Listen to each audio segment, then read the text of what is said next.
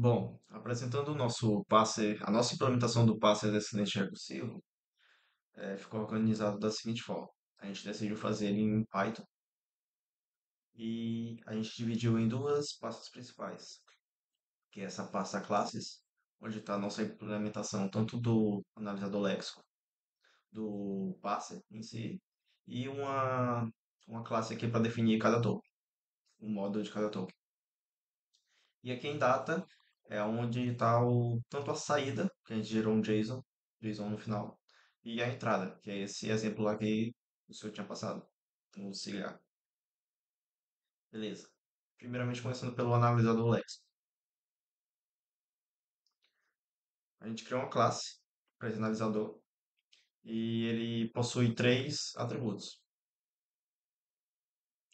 O text, que recebe já o resultado de uma normalização desse texto, que é o texto que foi passado como entrada, que é daquele exemplo.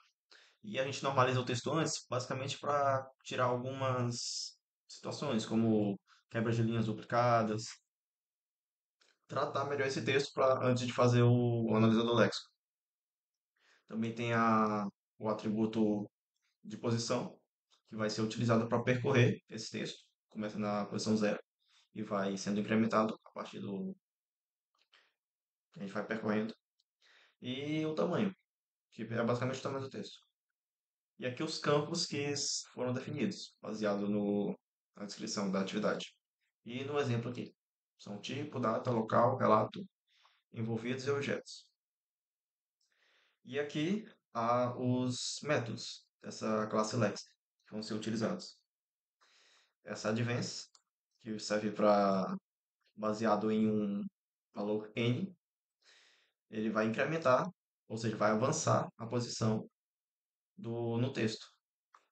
E esse n é o token que está sendo analisado no momento. A gente passa aqui como argumento para o advance e ele vai avançar o tamanho daquele token para frente, para continuar analisando os outros tokens. Essa aqui, basicamente, para pegar o que falta, o texto restante, ou seja, retirando da posição atual para frente. E essas funções aqui, esses métodos abaixo, são para bater em algum tipo de padrão. Por exemplo, esse match campo vai ser, a gente está utilizando o regex em cada uma dessas funções. E nesse match campo a gente vai tentar verificar se ele está condizente com algum desses campos aqui. Se é do tipo data, se é do tipo local, ou se é do campo local, se é do campo relato, envolvidos. E no final de cada um desses a gente retorna um token, que é um objeto dessa classe aqui. Essa classe token, que tem o tipo dela, str, tem um valor, que também é str. O tipo é basicamente isso aqui, ou isso aqui. É o nome do campo. E o valor é o que vem depois dos dois pontos. Beleza. E aqui a função para traduzir o token, como é que ele vai ser impresso em string. Beleza. Então, para cada um desses aqui, para cada um dos tokens possíveis, a gente criou uma função para pegar ele. No caso aqui, ele verifica os dois pontos, simples, não precisa de regex. É só se iniciar com dois pontos, ele já bate. Aqui para pegar, se é algum dos campos. Aqui verifica, aqui já teve que utilizar regex. Verifica se é uma data válida. Aqui verifica match hora, se é uma hora válida. E ó, perceba que em cada um deles eu estou pegando o texto restante, estou utilizando, avançando e passando como argumento o valor do token que foi encontrado. E retornando o token no final. Se não encontrar, ele retorna none. Ou seja, esse match não caiu nesse regex aqui. Então ele não retorna o token. Aí tem para hora, tem para string, que é um valor qualquer para o campo. E uma nova linha. Beleza. Cada um desses aqui, simples. Mas agora, essa função aqui next token, que basicamente a gente vai percorrer cada um desses tokens, assim, sempre adicionando uma posição aqui, enquanto não chega no final do texto. E se chegar no final do texto, ele retorna um token EOF. Mas enquanto não chega no final, ele vai verificar se algum dos matches acima bate. Se é um campo, ou se é dois pontos, ou se é data, ou se é hora. Se bater, ele pega o resultado e retorna. Se não, ele vai retornar none, como eu havia dito. Vai avançar uma casa e vai retornar aqui esse token desconhecido. Beleza. E tem a última função que é para tokenizar tudo. Ele cria uma lista vazia e vai percorrendo cada um dos tokens a partir da função next token. E vai adicionando cada um dos tokens nessa lista. Exatamente isso aqui. Vai adicionando cada um desses tokens nessa lista e no final adiciona um EOF e retorna os tokens no final. E essa lista de tokens é exatamente o que vai ser utilizada na nossa próxima classe, que, é que agora sim é o parser descendente recursivo, onde nela a gente tem essas três funções aqui que vão ser utilizadas no parser de fato. A primeira é basicamente só para pegar o token atual, sem alterar nada. A segunda é para pegar o próximo token, ou seja, ele vai adicionar um na posição e vai pegar o próximo token. Ah, eu esqueci de mencionar. Para esse passe é passado como argumento aquela lista lá, que foi gerada no analisador léxico. E também tem a posição. Só que aqui a posição agora é na lista de tokens gerados, onde a gente vai percorrer agora essa lista e não o texto. E essa outra função é para consumir o token. Ao contrário dessa aqui, ele vai consumir o token atual e vai pro próximo já, vai adicionar uma posição. E retorna o token que vai ser consumido. E aqui, de fato, é onde a gente implementou o parser descendente recursivo, onde nessa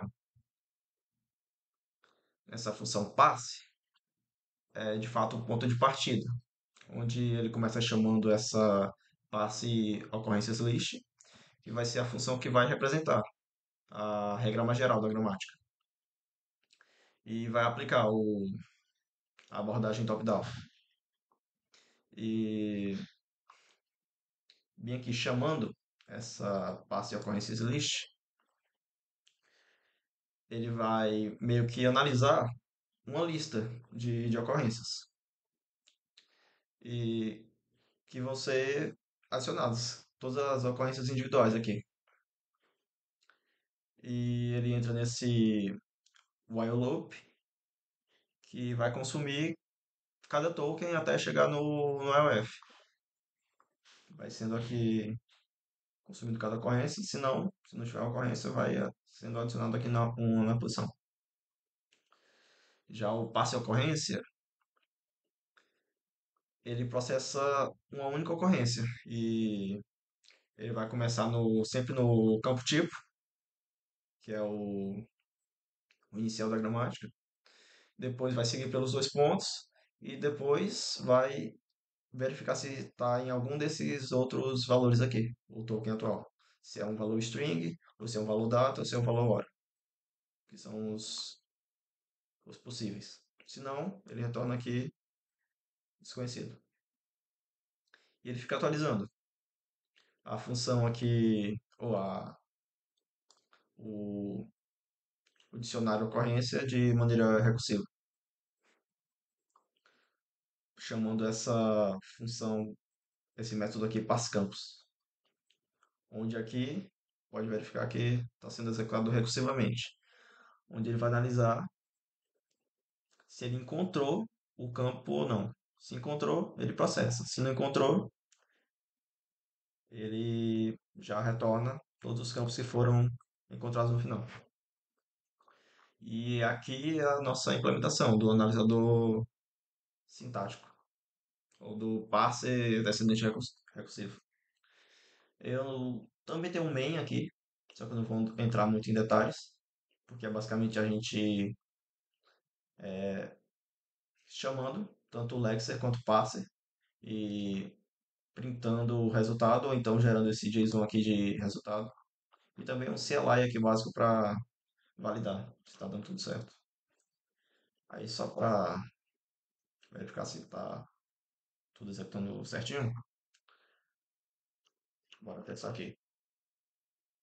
Passando esse menos arquivo, eu estou dizendo para pegar esse arquivo aqui como entrada, botar aqui um debug como argumento para ver como é que ele está fazendo. E aqui ele printou e também gerou o JSON.